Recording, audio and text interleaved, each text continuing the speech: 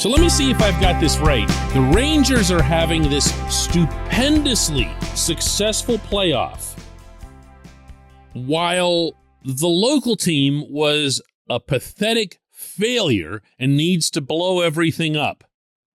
Based on... Good morning to you. Good Friday morning. I'm Dejan Kovacevic of DK Pittsburgh Sports. This is Daily Shot of Penguins. It comes your way bright and early every weekday if you're into football and or baseball. I also offer daily shots of Steelers and Pirates where you found this. I'm not going to pile up excuses here. It's not what I'm here to do. I'm not here to suggest that there are moral victories in team sports, because there are not. Heck, I'm not even in favor of silver medals and bronze medals at Olympics, much less participation awards. But there's a different way that you assess things when you're planning for your franchise's future.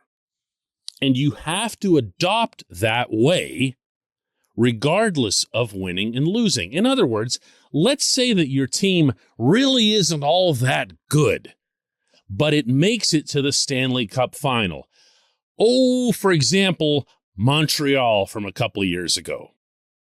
Anyone who was remotely sane look at those Habs and say, oh, here they come, man. They're loaded. They're going to be great for a long time. Nobody. Everyone saw exactly what that was. Carey Price was Carey Price. Shea Weber was playing the best hockey of his life. A couple other guys had risen above, and that was it. The team was not deep. The team did not have any particular defining characteristic that carried it from round to round to round, other than the ones I just mentioned.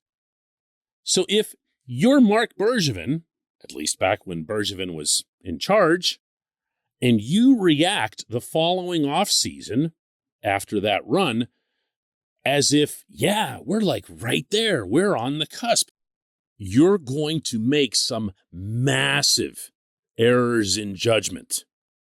What you need to do is define what kind of team you actually have based on an array of indicators, not just wins and losses. So now that I've said that, and I know for a fact I'm still going to get reactions like, what are you talking about? A loss is a loss is a loss.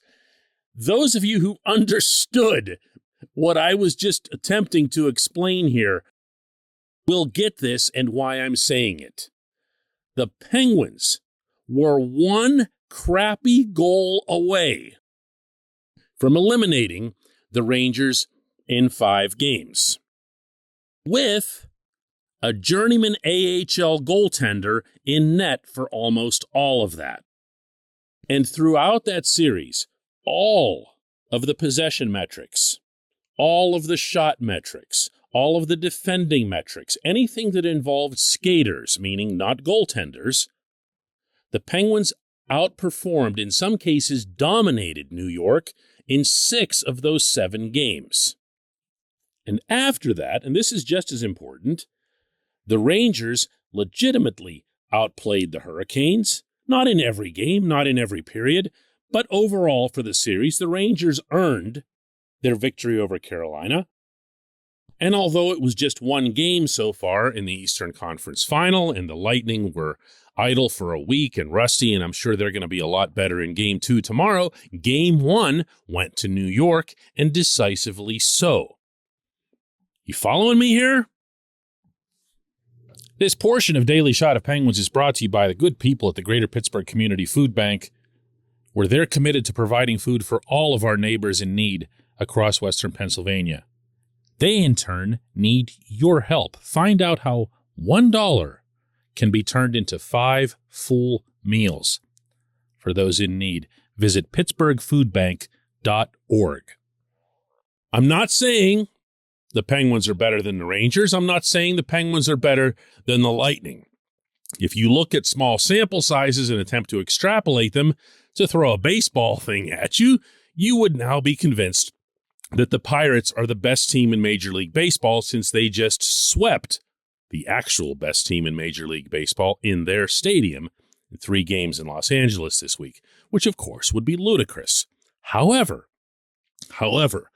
over the course of an entire regular season and the playoffs, the Penguins had shown themselves to be on par with any team in the Eastern Conference. I don't think I'm stretching any kind of boundaries in saying that. I don't believe that they're competitive with the Colorado Avalanche. I don't believe that anyone is ultimately going to be competitive with the Colorado Avalanche.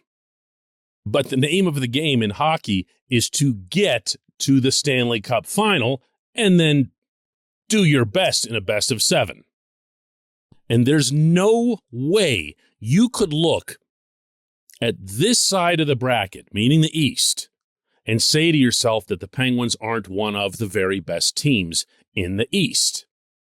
Still with me here, or are you ready to start finger-wagging over, but no, they're not because they lost in Game 7 in overtime and something Brock McGinn and whatever. Game 7 overtime is just luck. I mean, it's just luck. It's who gets the first chance and who finishes it. New York got the first chance and Artemi Panarin finished it. The end. That's not something that you put into your overall analysis of the organization. All that does is sting. And of course, keeps you from playing further and maybe proving more of what I'm saying.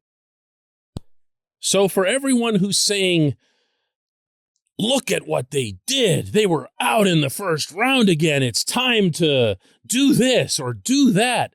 And people speak of these things as if they're symbolism.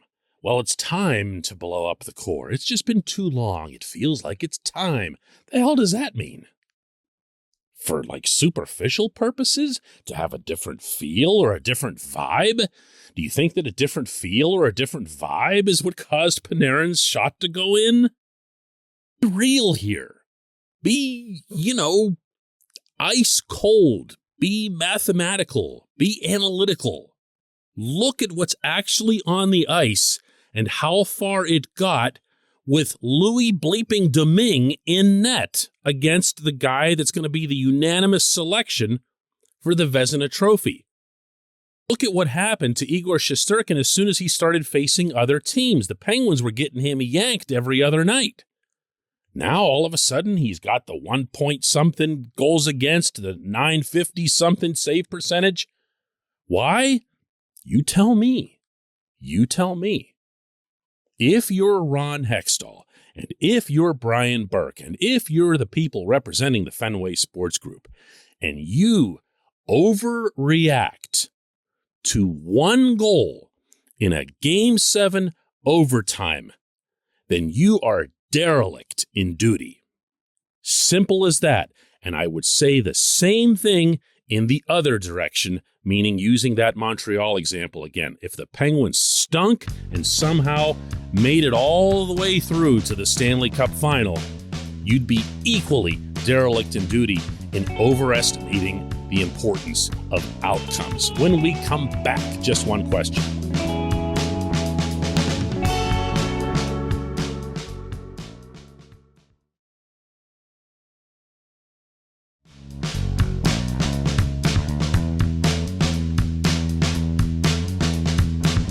Today's J1Q comes from Tom, who asks, DK, couldn't Anthony Heinen be the third wheel on the third line with Teddy Bluger and Brock McGinn?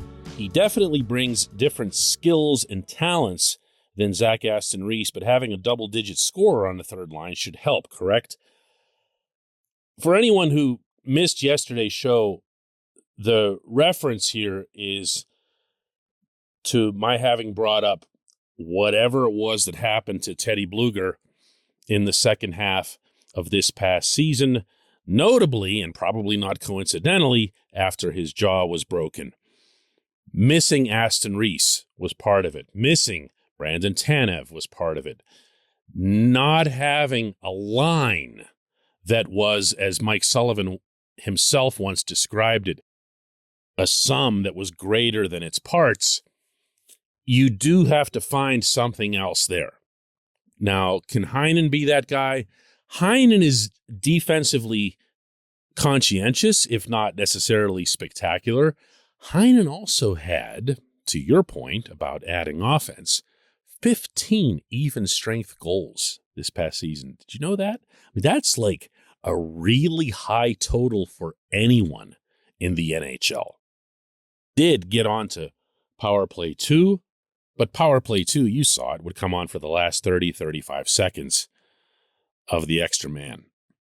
So when he would do his damage, he would do it at even strength. And yes, it's a thought. You do want to make sure, as we talked about all season long, that you have secondary scoring.